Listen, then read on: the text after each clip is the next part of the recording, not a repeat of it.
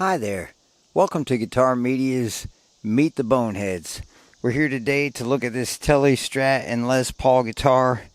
And at some time I try to talk my dad into not building each one of these guitars. And you might ask, okay, so why is it Meet the Boneheads, or why are these not real Gibsons and real Fenders? And that's the story behind it. Dad just wanted to make a Blackguard 52 Tele, and so this guitar started out as a Squire body, Squire guitar totally. And what he did is he used the Joe Strummer. He used the Joe Strummer pickups and hardware. And I don't know if you may remember a few years back at Guitar Center, good many years back now, they had the black Joe Strummer. And so anyways, it turns out the pickups sound pretty good. And all together, it came out, as a heavy relic. And the neck was a Fender Telecaster Deluxe neck that we got from another friend down, Wes Edwards, down at Drayson Edwards Music.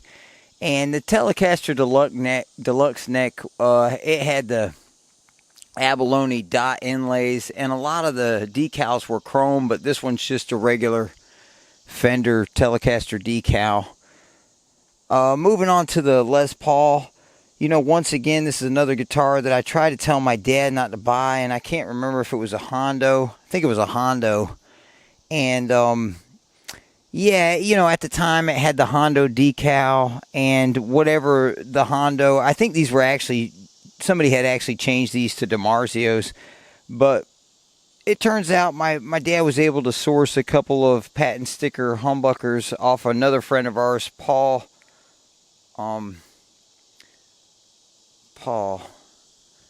the guy from the guitar show. But anyways, Paul gave him a good deal on these patent sticker humbuckers, which now people are paying insane prices, like over $1,000 a piece for ones without even covers on it. To me, it's unbelievable. But anyways, the sound on these, it turned out the bridge pickup had a very thin sound. And I wasn't really a believer on that type of a sound for a long time. I liked humbuckers that had more bass, or hotter humbuckers.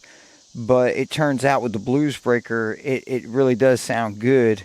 And this was a nightmare to actually try to figure out how to wire these three pickups where everything works. But all in all, oh yeah, and he had his buddy Joe Freeman, which is a luthier, put the Gibson inlay decal on the headstock. And then moving on to the Stratocaster here, this actually started out its life as the Abigail Fender Custom Shop. And these pickups, they actually came in a, trying to remember it, these were the Jeff Beck. This is actually a Jeff Beck assembly. And so my dad did a deal with a guy at a music store. And once again, I tried to tell him not to do the deal. But anyways, he went ahead and got these pickups. And so he threw the Stratocaster together, and we really just didn't care for the way it looked. And on, years and years down the road, he ended up buying this Fender Squire HSS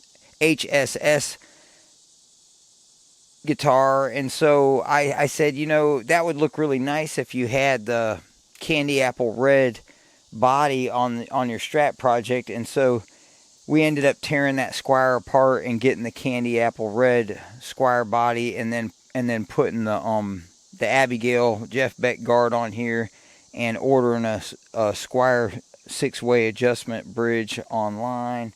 And then the neck is something that he had that already had a Fender decal on it. But it turned out, I noticed that the truss rod adjustment was here instead of here.